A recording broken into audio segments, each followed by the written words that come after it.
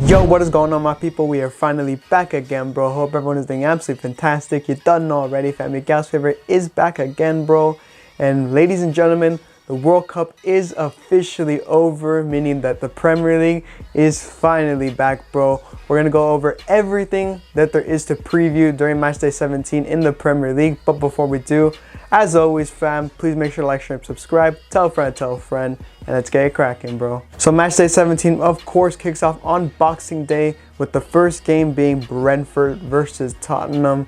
Tottenham, they done well in the midweek, bro, in the Carabao Cup, winning the game 2-0. Brentford, they are a strong side, a very difficult side, especially, you know, when you need to face them at home. They have their inconsistencies, but they are a tough side to beat. Yeah, tough side to beat, especially with the likes of Ivan Toney in that. It is going to be a tough test for Tottenham.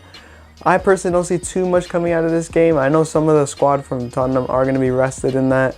Kane is going to be rested. Maybe, you know, his head won't be as distracted from what happened in the World Cup. But we'll see, fam. I'm going to go for a 0-0 draw, though. Following that, we have Southampton versus Brighton. Both teams are going to be very rested coming into this game, bro. Brighton, I guess it is a big bummer that they're not going to have the likes of McAllister in that. But I think there should be a very level competition. I'm going to go for a 1-1 draw. These two sides, bro, even though they are good, Southampton more than anything, if you guys remember, they did struggle to score, bro. They do struggle to score, actually.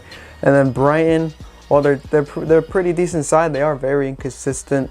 So I think this should be an interesting game, but I'm going to stick with the 1-1 draw. After that, we have Leicester City versus Newcastle. Leicester City, they started to pick up form, fam, before the World Cup. Maybe they can continue that form. James Maddison, for whatever reason, didn't play in the World Cup, which was really disappointing. He's going to want to, you know, continue that form that he had before the World Cup. He's going to want to put it into this game and the rest of the season. It's going to be interesting to see what these men can do, fam. I'm telling you. And Tielemans as well.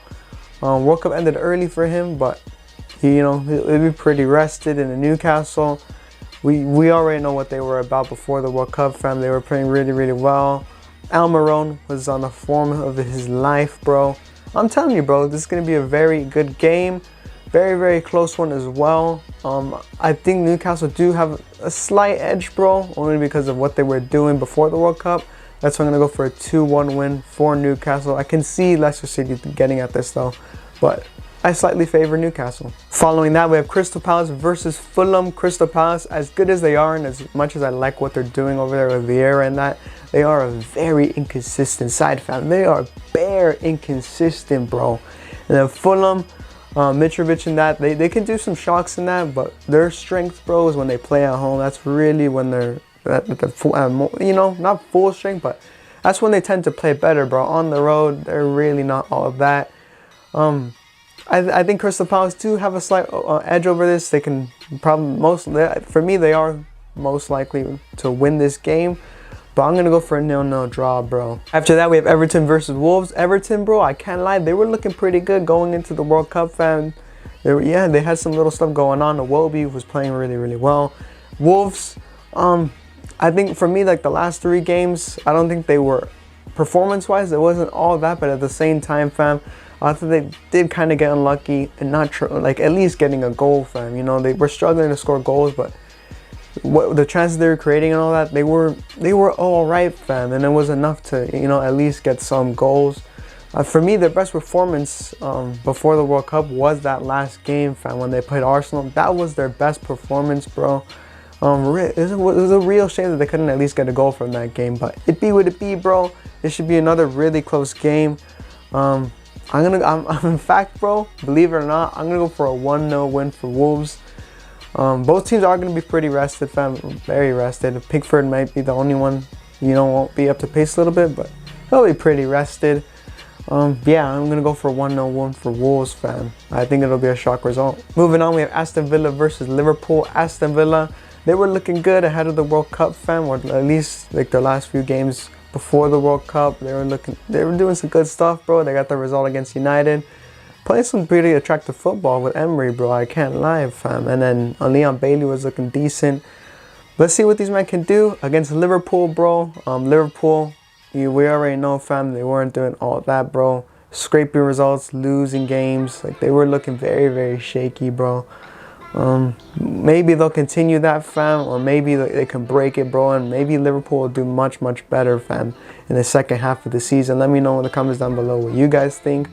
But I think Liverpool can definitely get a result out of this. They did play in the Carabao Cup in midweek, so that might have an effect on this game, but I think they'll do good enough to get the 3 points, bro, believe it or not. I think they will run away with the 3 points.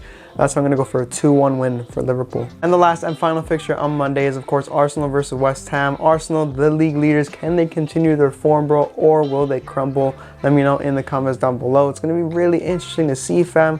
Arsenal, of course, don't have the likes of Gabriel Jesus, who was a crucial player to the first half of the season, you know, and how they were playing and everything. He was brilliant. He was very crucial to the Arsenal side. West Ham, very inconsistent, fam. I don't think they were playing very well in the first half of the season. I didn't think they looked all that, especially the last few games ahead of the World Cup. They weren't really looking all that, in my opinion. But Arsenal, I don't know. It's going to be very different with Nketiah and that. I hate to say it, fam, but I think Arsenal might just tie this game, possibly lose it, bro. And yeah, fam, with that being said, I do think this is going to be an interesting fixture. As I mentioned, I'm going to go for a 1-1 draw, fam. I do think Arsenal drop points. Heading into Tuesday, we have Chelsea versus Bournemouth. Chelsea were looking really poor in the first half of the season, especially heading into the World Cup. They have not looked convincing at all, bro. The front three has not been up, you know, they haven't been on par, bro. And it's not like they're a bad squad, bro. They do have their stars, they have some talented players, but it's just not looking good for them, bro. And then Bournemouth, on the other hand, they've been okay, bro. Very inconsistent side, bro. Can hardly score. Won't be too much of an interesting game, in my opinion. I think it'll be a bit of a snooze fest, but I do reckon Chelsea could possibly win this game. They'll most likely draw, I feel, but I think they'll do enough to get the win, just enough. And that's why I'm going to go for a 1-0 win for Chelsea. The second to last game of Matchday 17 in the Premier League is, of course, Man United versus Nottingham Forest. Man United heading into the world, before the first half of the season, fam, like early stages, they weren't looking good, bro. But towards, heading into the World Cup, they were looking all right, bro, playing some football, bro, proper stuff. The likes of Lisandro Martinez and that, they were looking good, bro. I'm not going to lie, they were looking pretty good. Forest, for me, bro, whether it's on the road or not, on the road or home, bro, they struggle, bro. Struggle to create chances, struggle to score goals. The defense is very shaky. I can't see them getting a result out of this game, bro. I can't lie. That's why I'm going to go for a 2-0 win for United. I think it'll be a fairly comfortable win, bro. They are playing at home, bro. It's going to be very different considering that, Ronaldo's not going to be there. But I personally don't think that Ronaldo not being there, let alone playing, will cause them any harm, bro. I think they'll get the job done. It's going to be interesting to see what Sancho does because, yeah, the first half of the season, he wasn't looking good. He had his moments, but it wasn't looking very good. But, yeah, as I mentioned, I'm going to go for a 2-0 win for Man United. And last but not least, ladies and gentlemen, to conclude Matchday 17 in the Premier League is, of course, Leeds United versus Man City. Leeds United, they've had their moments, bro. They were looking really good heading into the World Cup, bro. They should have won their last game against Spurs, but I do remember that. They were playing really well, man. Somerville and that was lighting up the place. He was looking really good. Leeds, they were looking proper, I'm telling you, bro. Man City got a very powerful squad, bro, as we all know. I think loads of City players, I think most City players were headlining the World Cup as well. So that might have some effect. We're going to see, fam. I know Haaland is hungry to score some goals, bro, like that. So it'll be interesting, bro. I think Leeds, they'll give something, bro. But I think Man City, they'll get the 3 points, bro. Maybe struggle, but I think they'll play well, bro. I really do. But yeah, as I mentioned, I think Leeds United will give them a hard time. But it won't be good enough. That's why I'm going to go for a 3-1 win for Manchester City. I think I really do believe that Haaland is going to come back firing, bro, because this guy, like I mentioned, is hungry for goals, bro. But anyways, fam, hope you lot did enjoy. If you did, like always, please make sure to like, share, and subscribe. Tell a friend. Let me know in the comments down below what fixture you're looking forward to the most, what player is going to play the best, all that stuff in the comments down below. And yeah, fam, I hope everyone's doing absolutely fantastic, and I will see you guys soon.